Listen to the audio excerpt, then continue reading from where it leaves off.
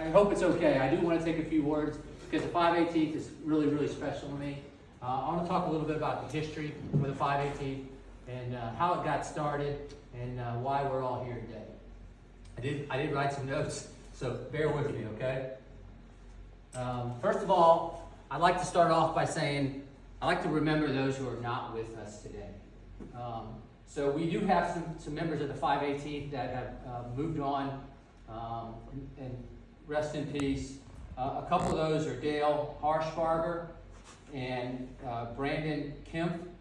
And along with those two gentlemen, there are other members of your family and the family of the 518th that we've all lost over time. So if I could get just a couple minutes, moment of silence, please.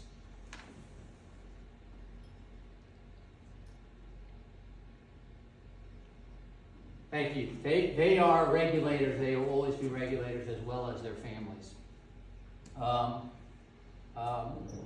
So one thing I always like to start off with, and I talk to people about, is that none of us here know what any of us are going through in our lives, in our personal lives. People have things going on that we don't know about, and they're fighting different battles throughout their life. So I always want to say, be thoughtful and be kind and be humble, because people go through a lot. And you guys made the journey here, and some people weren't able to, but they wanted to be here. So keep them in their thoughts, keep them in your prayers, and anything you can do to help them, please do so, because it's extremely important. We all have a lot going on, and we never know what the person you're talking to really has going on in their lives. So I'd like to start with how did the unit start, right? So I was, when I was mobilized and deployed to Iraq, I was a reserve commander of a unit in Jacksonville, Florida. They took me out of command mainly because I had a top secret security clearance with compartmentalized information. So they needed that person into the war room in Afghanistan, I get John. And so I got taken out of my unit, and I was put part of this transportation brigade. I was an infantry guy, didn't have a whole lot of information on what transporters did necessarily. But I was made a battle captain for the transportation brigade. So I worked in Building 4 in the war room there and had the security clearance to get in and out. That's why they wanted me. So I was in charge of, responsible for reporting all serious incidents, any SIRs, but also accumulating information, assessing them and why they happened, and what we could do to prevent less of them happening in the future. And that was my job. And as it started, I got there in November of 03. We blew through Baghdad in August of 03. And we toppled Saddam's statue, and we thought the war was over. And really in that war, much like Vietnam, there were no front lines to the war. There really weren't. And our soft targets were our convoy routes. And as I was monitoring, tracking convoys moving in and out, both loads going in and backhauls coming back, we started to see the frequency of the attacks from insurgencies, and actually some really sophisticated ambushes start happening more frequently. And something had to be done. And the very first person I met when I approached Colonel Corey Humans, my boss, and asked him about it was Big Jake. So Jack Tyre was the very first person I met. He had been in country and he was in a het unit. As a matter of fact, we had just lost Lieutenant Henderson from a mission. And so when I met him, it was right after that. They were all dealing with that tragedy. And I went out with Jack, and we toured their unit. We toured their unit when they were prepping to go on another mission. Think about that. They just lost this lieutenant, and they're about to go on another mission downrange, right? So I got to talk to those soldiers, got to interview a bunch of those soldiers. Jack introduced me to a bunch of them, and I saw what they were doing. They were building literally hillbilly armor from nothing. They were creating a better platform to be more effective in engaging the enemy and providing supportive fire. And it was just ingenuity, and it was just American ingenuity trying to do their best with what they had. And based off of that, I approached Colonel Corey Humans and his boss, Major General Jack Stoltz. I said, we have to do something more effective than throwing an M16 out of a window of a 915. Just doesn't work. You can't hit anything at all. And these guys really aren't trained to do it anyways. And so they took a few days to deliberate on that, and they came back to me and they said, Rob, we agree with you. what is your plan? And really that's where I was. I said, what is my plan? I said, well, we need to stand up a provisional unit, a unit dedicated to escort, a unit that's formed in the continuum of war to provide the naval convoy security to protect U.S. soldiers and U.S. cargo.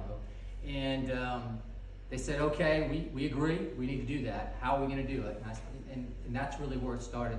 Jack was my very first person as a consultant to help us get this thing going. Really it was just me and Jack, and the next thing that happened was, got to go through my notes here.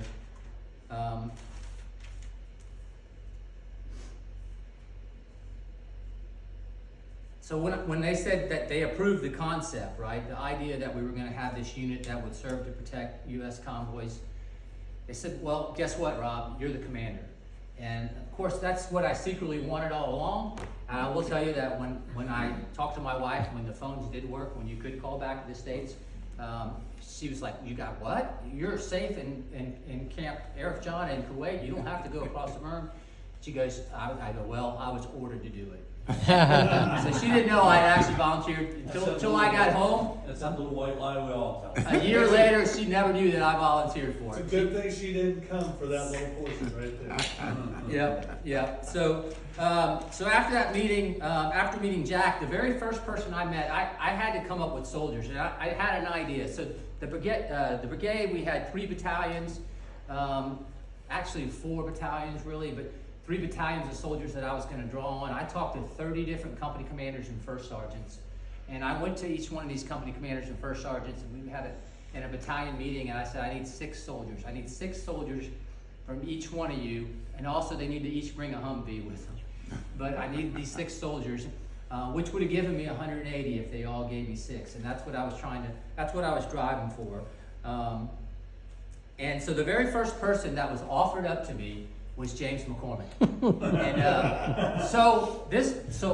I had a serious pause here, right? Because I'm like, why are they so eager to give me this guy? What is going on, right? And I was a little skeptical. I wasn't 100% sure that I was making the right decision, but I did take James, and it was the best decision I ever made. And I will tell you the reason why they were eager, or not say eager, but they were okay giving up James, is the company commander, I don't remember his name, and I'm not taking shots at him, but he believed their mission was simply to drive those convoys and keep moving, right? And James had another idea. James didn't like the idea of people shooting at us and us not shooting back, or at least creating some kind of ability to engage the enemy. And he got in a little bit of trouble from trying to fight the enemy more than that company commander wanted him to. And so it ended up being the best thing that happened for me, because James was literally the first one after Jack to join the unit. So one of the things that I wanted to talk about, and I always go back to this. So has anybody ever been to the Statue of Liberty? If you've ever been there, there's a saying on there, right? So when I got these volunteers, some of you were part of these volunteers. It was interesting because I put it back to thinking about the Statue of Liberty and what the Statue of Liberty says, and I wrote it down, and I'm going to read it to you what happened, because so I didn't necessarily get the 6 people, the company commanders or the first sergeants, like their top 6 in their minds, right? They gave me 6 people they felt they could, let's give them these six soldiers. This is what the Statue of Liberty says. Give me your tired, your poor, your huddled masses, yearning to breathe free, the wretched, refuse of your deeming shore. Send these, the homeless, tempest-tossed to me. I lift my lamp beside the golden door. So to me, what that kind of symbolizes is like what the melting pot of America was, these people from all over the world, right? They came here for better lives. They came here to prove themselves. They left something. They left something that wasn't very good. And the soldiers that came to the 518 had that attitude. They had that attitude, and they wanted to prove themselves, and all they needed was a chance to prove themselves. And that was also the second best thing that ever happened to me. And so then I'll talk real quick about the 518th and why we got the name the 518th. And if you were at Udari for the very first time when we huddled together as a group and talked about that, my mother, and many of you probably have very, very similar stories in your family. She had breast cancer, and this is before you could really diagnose it and screen it, where you could actually prevent it. She was too late when we realized she had breast cancer, and it spread across her body. And she did pass from breast cancer that metastasized the rest of her body. But she never once complained in her life. She never once said, why me? She never cried in front of us. She just tried to stay positive, and she tried to just make sure that she was doing the right thing for her people that she was leaving behind, right? And it always just inspired me, right? And so when Colonel Newman says, Rob, we're standing up a unit, you get to be the commander, what are you gonna call it? In the military, guys, you know this, you don't get to just come up with your own unit. I was very blessed to do that, and I said, sir, it's gonna be the 518th. He never asked me why it was gonna be the 518th, but it was the 518th because it was May 18th, that was my mother's birthday. Today is the 518th, by the way. What a crazy situation. Now here we are on May 18th celebrating the 20th-year reunion of the 518th. And so, James, you were there. A few others may have been there when we first told the story to the soldiers about the 518th and what we stood for and what the reason was. I will tell you, I'm so blessed and so grateful. We had such we had regular Army, you had National Guard, you had Army Reserve, and it was a melting pot. And these soldiers took on a higher risk mission. They volunteered to take on this higher risk mission. They didn't have to, but they wanted a chance to prove themselves. They wanted to make a difference and have a purpose. And it was amazing because they had so much ingenuity. We had guys that were welders. We had guys that were electricians. We had guys that were mechanics. We had guys that did everything. Like I literally just stood there in awe and watched them make things happen. They had a can-do attitude, and they continue to do it. Like, we built trucks from scratch. We negotiated. We horse traded to get armor. We horse traded to get turrets. We did everything we needed to do to be mission essential, so that we could be fully mission capable. And it was just amazing. I'm truly, truly blessed and honored to be standing here today. So I got a couple quick stories, and so we actually, and the ones who started with me know this, we actually had to battle enemy combatants, insurgency, and all of those things, but we also had a battle with people that were wearing the same uniforms as us. And that should never happen in the U.S. military, but it does. And we did this well. We stood this company up, and there were some people, Colonel Corey Humans, Major General Jack Stoltz, who believed in us and supported it and said, Rob, we're doing this. And then there were other folks that didn't believe the idea. For whatever reason, they didn't think we should do it, wasn't their idea, or they didn't see the viability of it. And so we were battling people who wanted to shut us down and make it fail, right? It was one of the most things that I struggled with that whole time was not can we make this work, is can we keep people from keeping it from working and making it fail.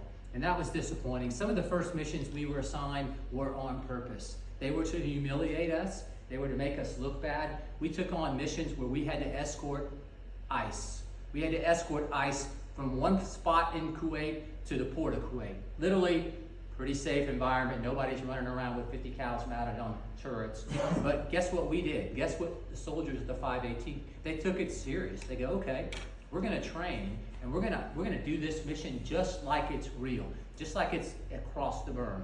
And we did that. We had people standing on 50 cals as we flew through Kuwait, and we escorted the ICE, very safely, I should say, to the ports. And we never lost any ICE, except for a little bit that melted. So we had to overcome that. It was frustrating for me, and I think Michael told a story about, he took on a couple extra missions of something that was also similar that I wasn't real happy about. I was ready to do real missions, but it made us better. And that's the thing about that, those types of missions, it made us better. And I'm grateful for all of you, and for those who aren't here today as well, for being willing to do that. And then even once we said, okay, once we stood up, we started at Udari, they moved us to Navistar, which was ideal because we're right next to the border of Iraq and Kuwait. So the convoys would go to the port, they'd load up, they'd come through Kuwait, and then they'd stage right prior to crossing the berm. That's where they'd link up with us, the escorts, to take them across. But even some of the early missions, we didn't go very far. We didn't go into like Fallujah, Baghdad, or Erbil, or Mosul, some of the higher risk missions initially. And I will tell you, one of the stories that I still think about was we were on one of those shorter missions into Iraq. James, you were there, and we came across some abandoned trucks, some abandoned convoy trucks, tractor trailers with containers on the back, and the containers were full of Pepsi. You couldn't find Coca-Cola in Iraq, but you had Pepsi, and so they were full of Pepsi. And I'm talking to James, and I'm like, "All right, James, like what do we do?" And there were a lot of people, citizens that lived in Iraq that were trying to get the Pepsi out of the containers, and we're like, "What do we do? What do we?" Because the rule was you don't leave American cargo behind. The rule was you destroy every piece of American cargo in place. You do not leave American cargo behind. So I'm thinking of the rules and talking to James, like, what should we do? Well, sir, it's you're supposed to burn it in place. It's not supposed to be, we're not supposed to leave anything behind. So the decision was, get the incendiary grenades, let's go. So we tossed incendiary grenades into these containers, these trucks full of Pepsi, and they catch on fire, and they're burning, right? And you got the citizens that are trying to run from the fire, but take as many Pepsis as they can. Really high risk stuff, guys. And so we get back kind of proud of ourselves. And I remember those people that wanted us to fail, they made us the laughing stock of Kuwait. In fact, I do remember they said, "Good job, Captain Landry. You just destroyed the weapons of mass consumption." And I was like, wow, okay, I'm going to go down in history. The weapons of mass consumption. But the good news is, from there, what happened is those truckers, those transporters that we were escorting, they started to trust us. They started to believe in us. And guess what else happened? They started to request us. They wanted the 518th to escort them because they knew that we were going to take care of them. They knew that we were going to put ourselves in harm's way and take those supportive fire positions while they got to continue to move through that ambush zone or through that kill zone. And the word started getting out, right? And that's how it started. That's what you guys did, and the people that aren't here today did. They actually had people wanting us, that wanted the 518th. And so from then on, we started getting real missions, and we performed extremely well. You all performed extremely well. I will tell you, I'm very humble and honored, grateful to have had the opportunity to be part of this group. You know what? You guys never quit. You never quit. You never gave in against all enemies, both foreign and domestic. Right, as we just talked about. Never gave in. I will tell you, my mother, along with my family, my wife Missy, my kids Brendan, Bradley, and Amber. Very, very proud of what the 518th did. Very thankful for all of that. But I'm going to close with this. The mission is not over. Like the 518th is been decommissioned, right? There's no longer a 518th, and some of you were the second part of that, and I didn't get to know you. And for those who aren't here that may end up watching this video, I appreciate everything that you did to represent. And I know there were some things that happened at the back end that weren't real, in my mind, done the right way at all. And I really wish that wasn't the case. But there were a lot of good people associated with the 518th. And I will tell you, the reason why the mission's not over, the mission will go on forever, because we got to take care of each other. We always have to take care of each other.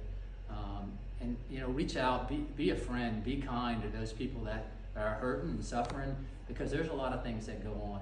And some of it is just they need help, they lost their job. Some of it is they have mental challenges or mental issues, and we need to be there to help support those people. And I think that's why the mission goes on. And I'm proud to be part of the 518th, and it'll always be something that you know, that, you know, when I'm gone, that my kids will remember too. And I hope yours do also.